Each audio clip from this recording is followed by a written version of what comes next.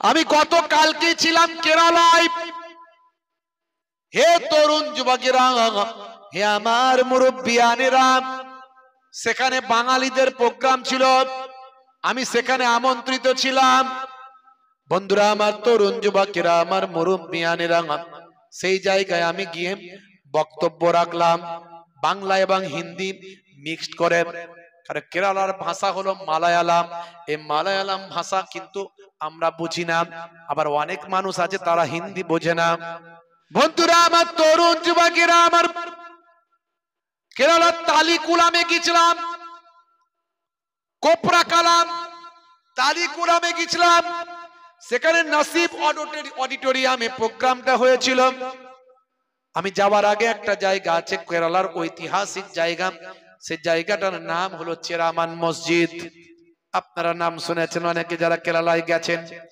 বন্ধুরা আমার, হে তরুণ যুবকেরা, ভারতবর্ষের ভাই আমার, দোস্ত আমার, ইসলামের সবচেয়ে প্রথম মসজিদ হলো এই চেরামান মসজিদ। সেই মসজিদটা আমি দর্শন করলাম, দেখলাম, ইন্টারনেটে আমি দিলাম, সেই মসজিদটা দেখালাম। সেই মসজিদটার ইতিহাস আমি ছোট করে বললাম, শুনুন এই মসজিদের ইতিহাসটা একটু শুনে রেখে দেন। আমার নবীকে তারা কিরকম ভাবে পেয়েছেন, কত কষ্ট করে পেয়েছেন, আমরা কত সহজে দিন পেয়েছি, ইসলাম পেয়েছি, আর এই সমস্ত মহান ব্যক্তিরা কত কষ্ট করে দিন পেয়েছে, ইসলাম পেয়েছে। এই চেরা রাজা ভাই আমার, তার নাম হলো চেরামান পেরুমল। এই পেরুমল তার নাম, চেরা রাজা। বন্ধুরা আমার, সালটা হলো, হে তরুণ যুবকেরা, হে আমার মুরব্বিয়ানেরা, এই 627 খ্রিস্টাব্দ নাগাদ, 627 খ্রিস্টাব্দ নাগাদ আল্লাহর নবী, আল্লাহ রাসূল, বন্ধুরা আমার, তরুণ যুবকেরা আমার, মক্কা শরীফে, মক্কা শরীফে, হে তরুণ যুবকেরা, আবু জাহিল যখন বলেছিল বাবা মুহাম্মদ তোমাকে নবী বলে মেনে নেব, তুমি যা বলো সবই তো জাদু, তুমি সবকিছু জাদুর দ্বারাই করে ফেলো। গাছকে বলো উঠে আসতে, গাছ চলে আসে। হাতের ভিতরে রাখলে সে হাতের ভিতর থেকে তোমাকে তোমার নাম বলে দেয়। তুমি এত বড় জাদুকর হয়েছ, তবে তোমাকে আমি নবী বলে মেনে নেব যদি আকাশের চাঁদটা দুটুকরো করে দেখাতে পারো। আল্লাহর নবী পূর্ণিমার রাত্রিতে, পূর্ণিমার চাঁদের রাত্রিতে, সেই সময় নবী আমার, হে তরুণ যুবকেরা, হে আমার বন্ধুরা, হে আমার মুরব্বিয়ানেরা, নবী আমার কাবা শরীফের পেছন দিকে একটা, কাবা শরীফের পেছন দিকে একটা পাহাড় আছে।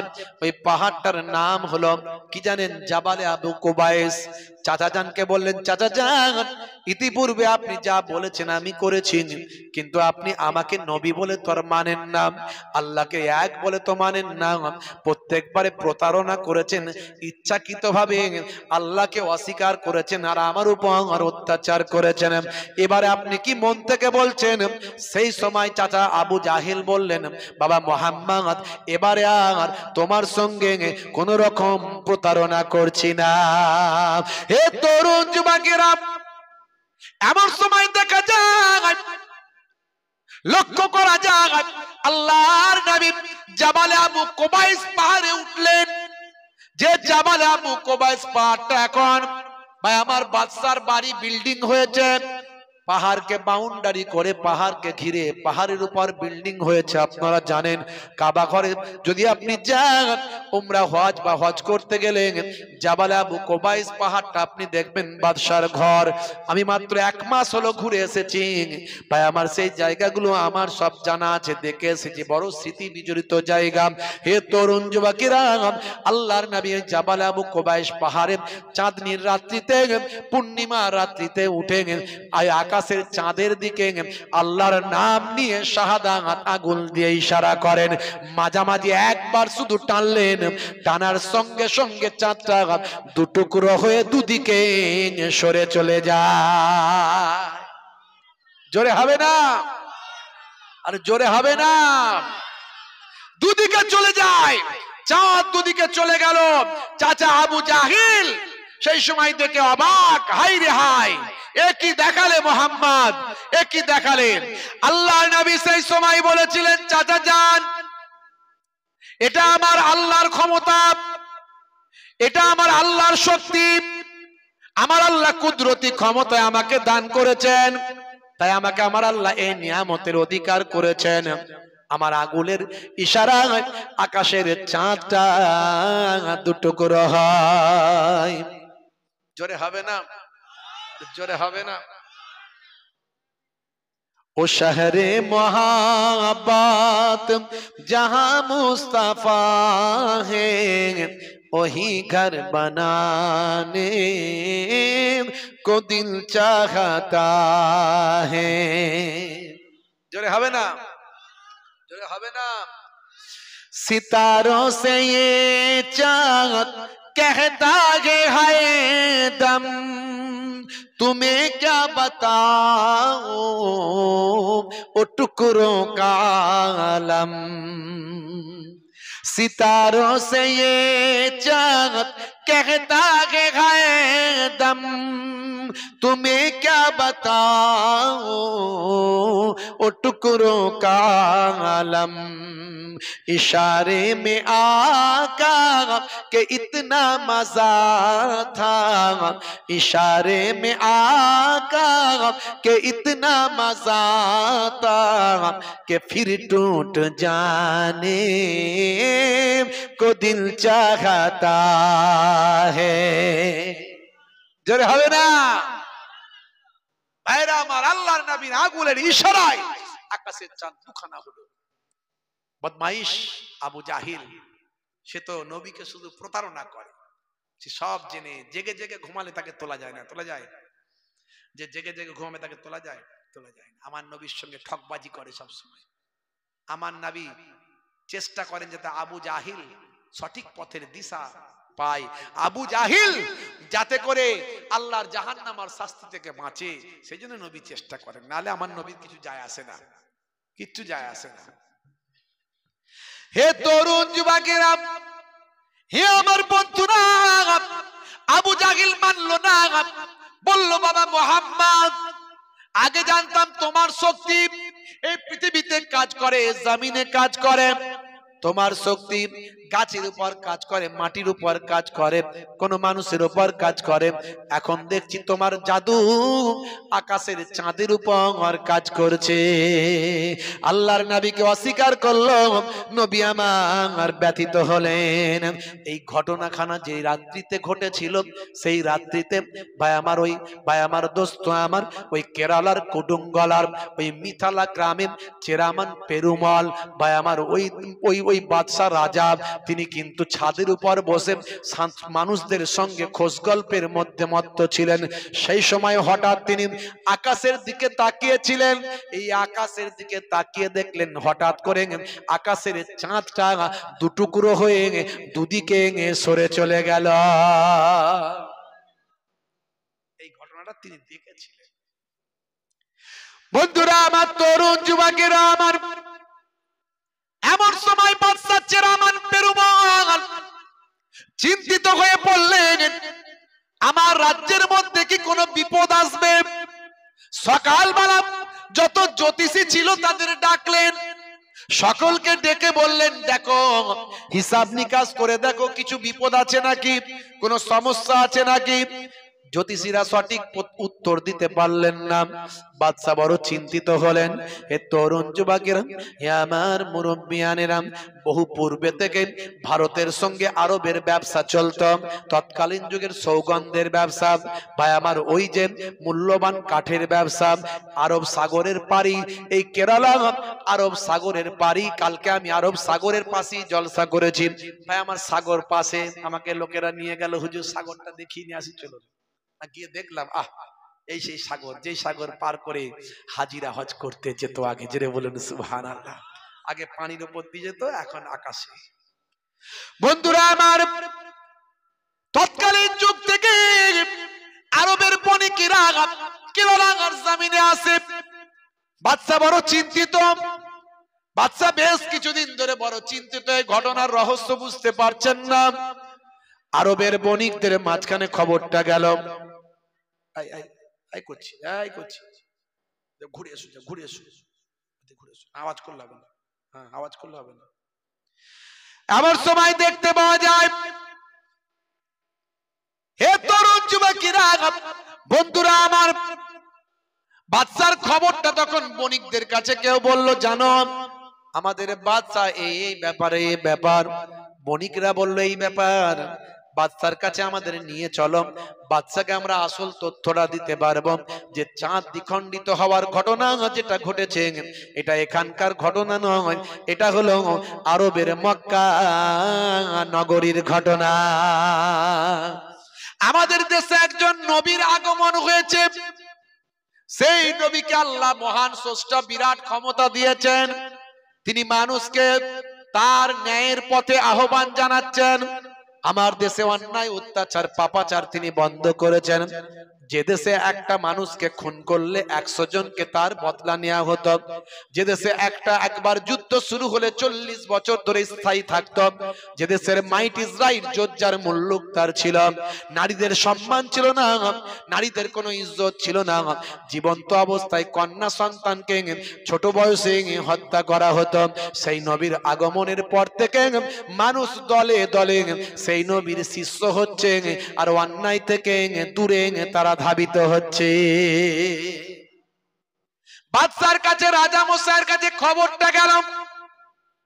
রাজা মশাই তাদের রাজ দরবারে ডাকলেন, হে তরুণ যুবকেরা, বিভিন্ন ঐতিহাসিক বিভিন্ন ভাবে ব্যাখ্যা করেছেন, তবে মূল শব্দে মূল কথায় সবাই কিন্তু এক। কারণ এটা আজকের কথা বলছি না, 627 খ্রিস্টাব্দের কথা বলছি। প্রায় আজ থেকে 1000 বছর আগে, হাজার কেন, আজকে 2025 সাল, 1500 বছর আগের কথা বলছি। অনেকভাবে বিকৃত হয়েছে ইতিহাস, কিন্তু ইতিহাস বিকৃত হলেও মূল কথার সঙ্গে সকল ঐতিহাসিকদের মিল আছে। বন্ধুরা আমার, হে আমার মুরব্বিয়ানিরা, এমন সময় বাদশা যখন জানতে পারলেন রাজা চেরামান পেরুমল, সেই সময় তখন রাজা চেরামান পেরুমল ওই বণিকদের সঙ্গে বড় ভালো আচরণ করলেন। বণিকরা যাচ্ছে বাবা কোথায়? বণিকরা তারা ব্যবসা সূত্রে এসেছেন বটে, কিন্তু তারা যেতে চান ভারতে, শ্রীলঙ্কায়। শ্রীলঙ্কায় গিয়ে সিংহলে, শ্রীলঙ্কায় সিংহলে এই আদাম পাহাড় যেটা আছে, আদাম নবীর স্মৃতি বিজড়িত পায়ের ছবিটা তারা দেখতে চায়। কষ্ট হচ্ছে আপনাদের? হবে না, শেষ করে দেবো। কারা কারা চান না হাত তুলে দেখান।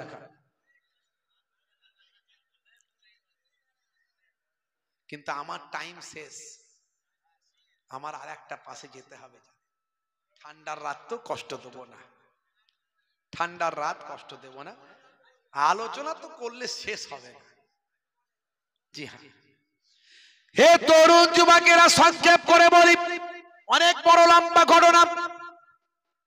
এমন সময় দেখতে পাওয়া যায়, বাদশা বললেন, রাজা মশাই চেরামান পেরুমল বললেন, হে আরবের বণিকেরা, তোমরা যে ঘটনা আমাকে শোনালে, তোমাদের কালচার, তোমাদের আখলাক, তোমাদের চরিত্র, তোমাদের ব্যবহার আর তোমাদের কথা আর তোমাদের নবীর জীবনী আমাকে মুগ্ধ করেছে। তোমরা যাও, শ্রীলঙ্কা থেকে যখন ফিরবেন তখন আমার এখানে আসবেন, এখান থেকে একটা বড় জাহাজ তৈরি করা থাকবে, সেই জাহাজে করে আমি এবং তোমরা সকলে তোমাদের নবীর দেশে, নবীর সান্নিধ্যে আমি যেতে চাই। বন্ধুরা আমার, তরুণ যুবকেরা আমার, এই ঘটনা এখন গোপন রাখবেন। আমি রাজা হয়ে যদি চলে যাই, সমাজে বিভ্রান্ত তৈরি হবে, তাই সমাজে যাতে বিভ্রান্ত না তৈরি হয় তোমরা গোপন রাখবে। তোমরা যাও। তারা চলে গেলেন সিংহলে, অ্যাডাম পাহাড়ে গেলেন। আমরা বলি আদম পাহাড়, অমুসলিমরা বলে অ্যাডাম পাহাড়। এই অ্যাডাম পাহাড়ে আপনি যদি যান, সেখানে গিয়ে একটা বড় পায়ের ছাপ দেখতে পাবেন। আমরা বলি আদম নবীর পায়ের ছাপ, ইহুদি নাসারারা বলে অ্যাডামের পায়ের ছাপ। আমরা যাকে বলি আদম তারা বলে অ্যাডাম, আমরা বলি মা হাওয়া তারা বলে ঈব, আমরা বলি দাউদ তারা বলে ডেভিড, আমরা বলি সুলাইমান তারা বলে সুলেমান, আমরা বলি মুসা তারা বলে মোজে, মোজেস, আমরা বলি ঈসা, তারা বলে যিশু, আমরা বলি মারিয়াম, তারা বলে মেরি। ব্যক্তিগুলো এক, শুধু নামগুলো আলাদা। হে তরুণ যুবকেরা, পৃথিবীর বেশিরভাগ মানুষ বিশ্বাস করে যে শ্রীলঙ্কায় যে পায়ের ছাপটা আছে সেটা হলো আদম নবীর পায়ের ছাপ। হে তরুণ যুবকেরা, জান্নাত থেকে প্রথম হযরতে আদম নবীকে এই শ্রীলঙ্কার আদম পাহাড়ে নামানো হয়েছিল, তাই সে পায়ের ছাপ শ্রীলঙ্কাটা তৎকালীন ভারতবর্ষের ভিতরে ছিল। অর্থাৎ আদম নবী হলেন আমাদের পিতা, আমাদের আদি নবী। তিনি প্রথমে ভারতবর্ষে এসেছেন, পৃথিবীর প্রথম মানুষ ভারতবর্ষে আগমন করেছেন। তাই আমাদের আদি পিতা ভারতে আসার কারণে এই ভারতবর্ষ হলো আমাদের বাপের দেশ। যারা বলে মুসলমানদের দেশ নয়, শুনে রাখো, মুসলমানদের বাপের দেশ হলো ভারতবর্ষ। কোথায় যাবো আর, মরলে এখানেই মরবো, কথা ঠিক না? এদেশের মাটির তলাতেই সবাই শুয়ে আছে, কথা ঠিক না? বলা যখন দেশ ভাগ হয়েছিল, কিছু মানুষ বলে দেশ ভাগ নাকি মুসলমানরা করেছে। মিথ্যা কথা, ভুল কথা। মুসলমানরা ভারতবর্ষে আছে 100 জনের 14 জন। এই 14 জন মিলে দেশ ভাগ করে নিল? মনে হয় বিশ্বাসযোগ্য এটা? বলছে জিন্না ভাগ করেছে, আর জিন্না তো একজন। তখন কি নেতা কি শুধু একা জিন্না ছিল না আরো ছিল? জিন্নার একার তো ক্ষমতা দেশ ভাগ করে চলে গেল? এটাও মিথ্যা কথা। আসলে সবাই মিলে সিদ্ধান্ত করে জিন্নাকে ভাগ করে দিয়েছিল, এটা সত্য কথা। বুঝতে পারছেন? অনেক রকমের গেজাখড়ি কথাবার্তা বলে খালি রাজনীতি, দলবাজি, চেয়ার, গদি আর টাকা, এই তো অবস্থা। বন্ধুরা আমার, তরুণ যুবকেরা আমার, হে আমার বন্ধুরা, এমন সময় বেশ বহুদিন পরে যখন তারা ফিরল কেরালার জমিনে, আবার আরব সাগর দিয়ে তারা যাবে, তখন রাজা মশাই তার দেশের মানুষদের উপর দায়িত্ব, গুরুত্বপূর্ণ ব্যক্তিকে দায়িত্ব অর্পণ করে বললেন, কিছুদিনের জন্য আমি এদের সঙ্গে আরবের জমিনে যেতে চাই। হে তরুণ যুবকেরা, হে আমার মুরব্বিয়ানেরা, সঙ্গে নিলেন আদার তৈরি আচার, চলে গেলেন ওই সমস্ত মানুষগুলোর সঙ্গে আল্লাহর নবীর দরবারে। আল্লাহর নবীর দরবারে গিয়ে নবী পাকের আমার নূরওয়ালা চেহারাখানা দেখলেন। আগেই তো সবকিছু জেনেছেন, নবীর চেহারাখানা দেখে বললেন, পড়িয়ে দিন কালেমা। কালেমা শরীফ পড়ে বিশ্ব নবীর শিষ্য হয়ে যান। এ তরুণ যুবকেরা, নাম নিলেন তাজউদ্দিন, আল্লাহর নবীর সাহাবী হলেন। হে যুবকেরা, এর জন্য বলা হয় ভারতবর্ষের প্রথম সাহাবী হলেন এই চেরামান পেরুমল। তিনি তার সঙ্গীদের নিয়ে যখন ভাই আমার আল্লাহর নবীর দরবারে কোন কোন রওয়ায়েতে এসেছে 17 দিন ছিলেন। এই 17 দিন থাকার পরে আল্লাহর নবী 14 জন সঙ্গী দিয়ে এই চেরামান পেরুমলকে পাঠিয়ে দিলেন, যাও হিন্দুস্তানের জমিনে ফিরে যাও। সালটা হলো 629 সাল। এই 629 সালে বাবা হিন্দুস্তানের জমিনে ফিরে যাও। হে যুবকেরা, হে আমার বন্ধুরা, হে আমার মুরব্বিয়ানেরা, আল্লাহর নবী পাঠিয়ে দিলেন, যাও হিন্দুস্তানের জমিনে তোমাদের প্রয়োজন, তোমাদের মতো সৎ অনেস্ট মানুষদের দরকার। মানুষকে সঠিক পথের দিশা দেখাও, মানুষকে ন্যায় পরায়ণ এবং সততার দিকে আহ্বান করো। চললেন চেরামান পেরুমল। ভাইরা আমার, নাম হলো তাজউদ্দিন। তিনি ফিরতে শুরু করলেন।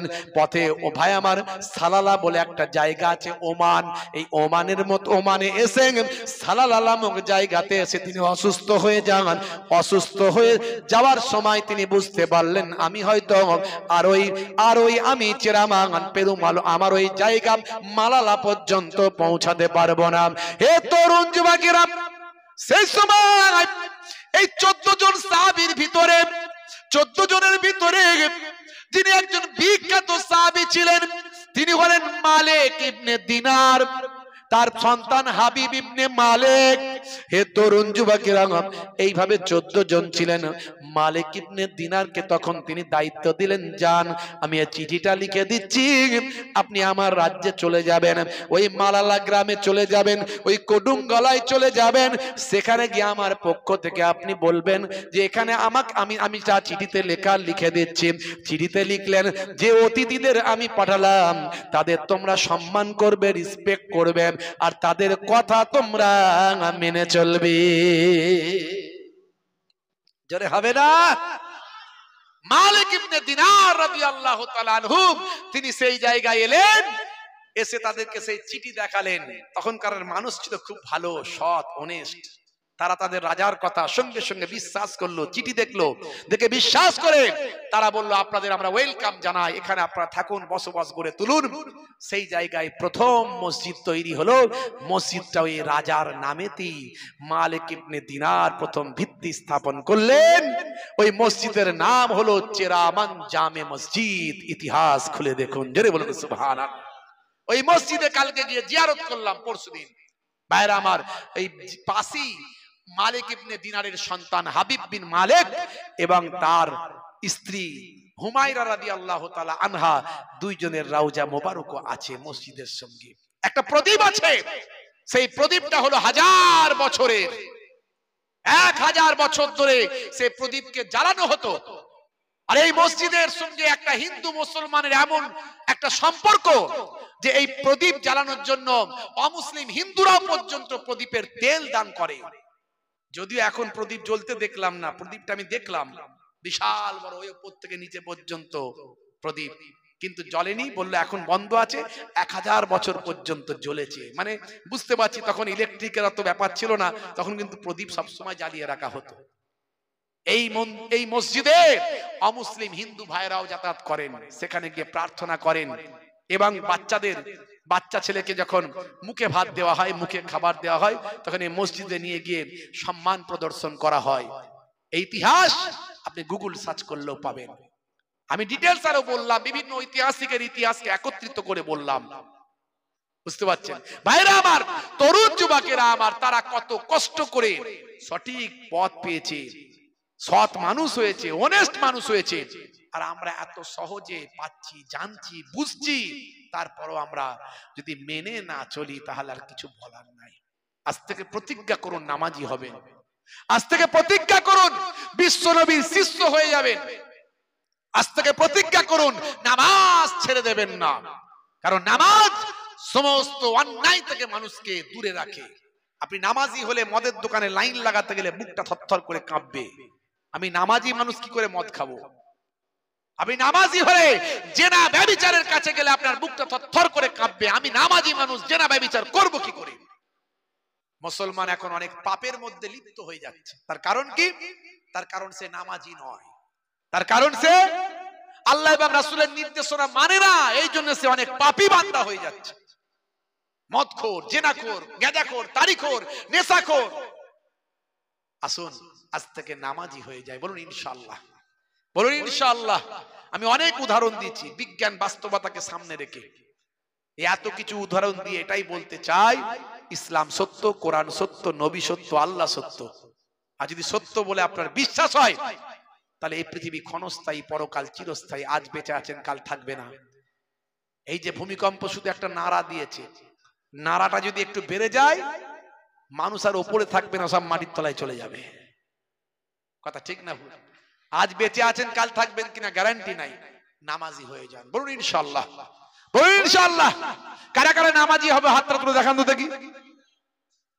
অনেকে তুলছেন না, তুলুন তুলুন তুলুন। ক্যান্সার হতে পারে, কিন্তু প্যারালাইসিস হতে পারে, তুলুন তুলুন। হার্ট অ্যাটাক করতে পারে, অ্যাক্সিডেন্টে মৃত্যু হতে পারে, তুলুন। নারে তাকবীর। সিলসিলা হক মুজাদ্দিদুজ জামান, সিলসিলা হক মুজাদ্দিদুজ জামান, কর্মী বৃন্দ, শ্রোতা বৃন্দ, নারে তাকবীর।